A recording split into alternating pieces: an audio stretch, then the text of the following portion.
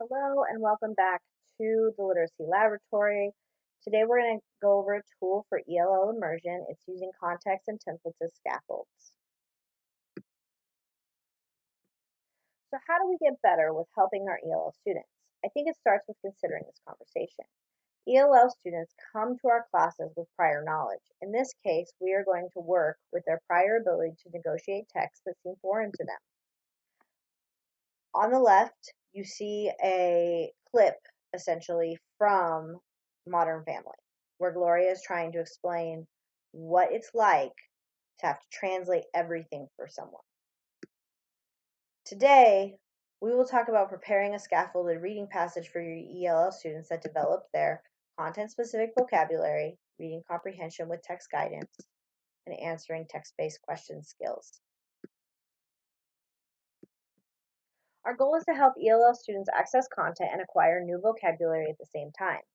So what we are going to create is a tool that keeps them from endlessly looking up new words and helps them learn the skills of locating ideas in the text.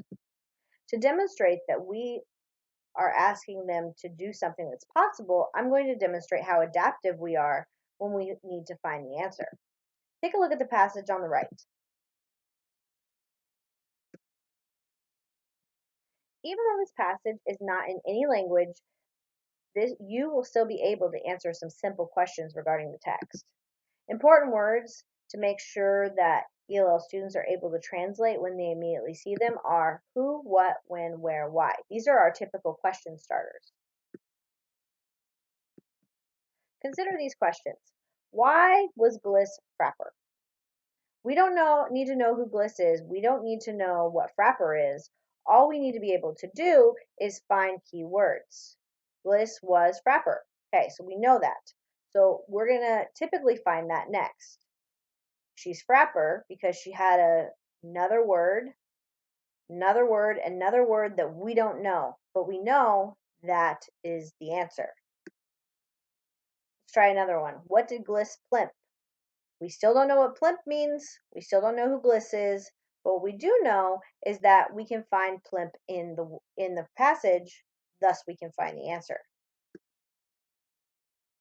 We are able to match text and create an answer even though we do not understand the words. I know we need to pause because we want our ELL students to comprehend what they're reading, not just matching text. The tool we're going to make is going to do just so.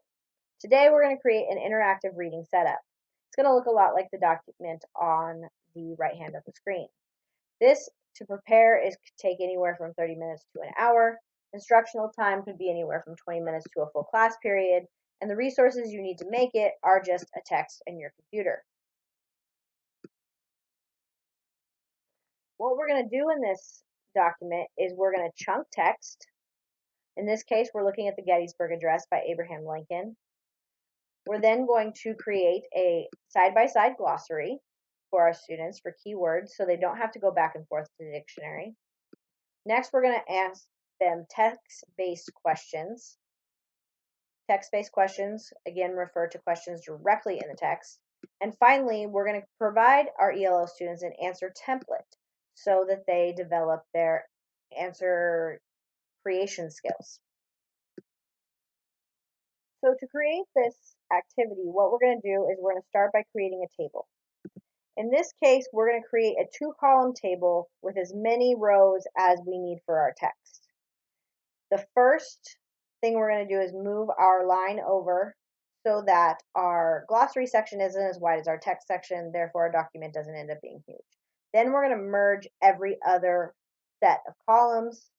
In this first section, I'm going to copy and paste our document. I'm only taking a small portion of text. You will notice that I added my glossary as I go. I have italicized already the aspects of the words that I want them to know in addition to providing the glossary. Then I'm going to go ahead and insert my text-based questions. In this case, I'm going to ask, what does Lincoln mean by 7 years ago? This is a question that they not only have to use the passage for, but additionally, they're going to have to go ahead and use their glossary for. I'm going to add next my answer template where I use the words in the question to form the answer. 4 score and 7 years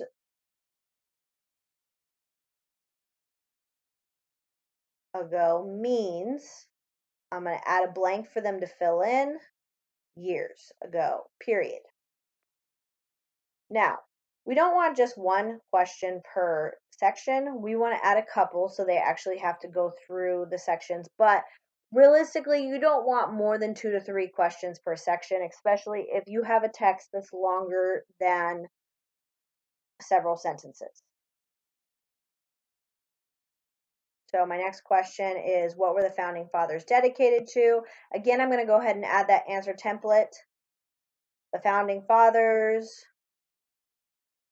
were dedicated to,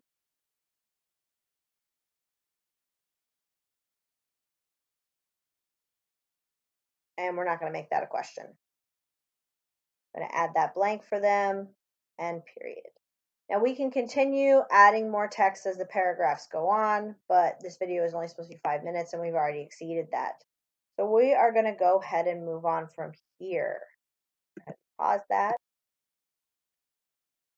So as a recap, what we've done in creating this interactive reading is we've chunked the reading into small sections. We've provided a side-by-side glossary allowing for content-specific vocabulary to be supported in the moment. We've asked text-specific questions that can be found in the text. We've provided answer templates to encourage academic talk by framing how to use the question in creating the answer. To differentiate this for the whole class use, one thing is for our English speaking students, you could leave glossary definitions blank and have students fill in the definition. Additionally, you do not have to provide template answers for all questions as they proceed through the passage. I would use a couple in the beginning in order to use this as a modeling tool. Additionally, you could add inference questions for students that are functioning at a grade level and assist them as well. Thank you so much for taking the time to watch this week's Lit Lab video. I know it was a little longer than 5 minutes. I apologize for that, but I wanted to make sure I showed you guys how to input the table.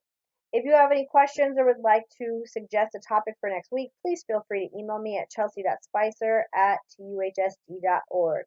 Have a great day.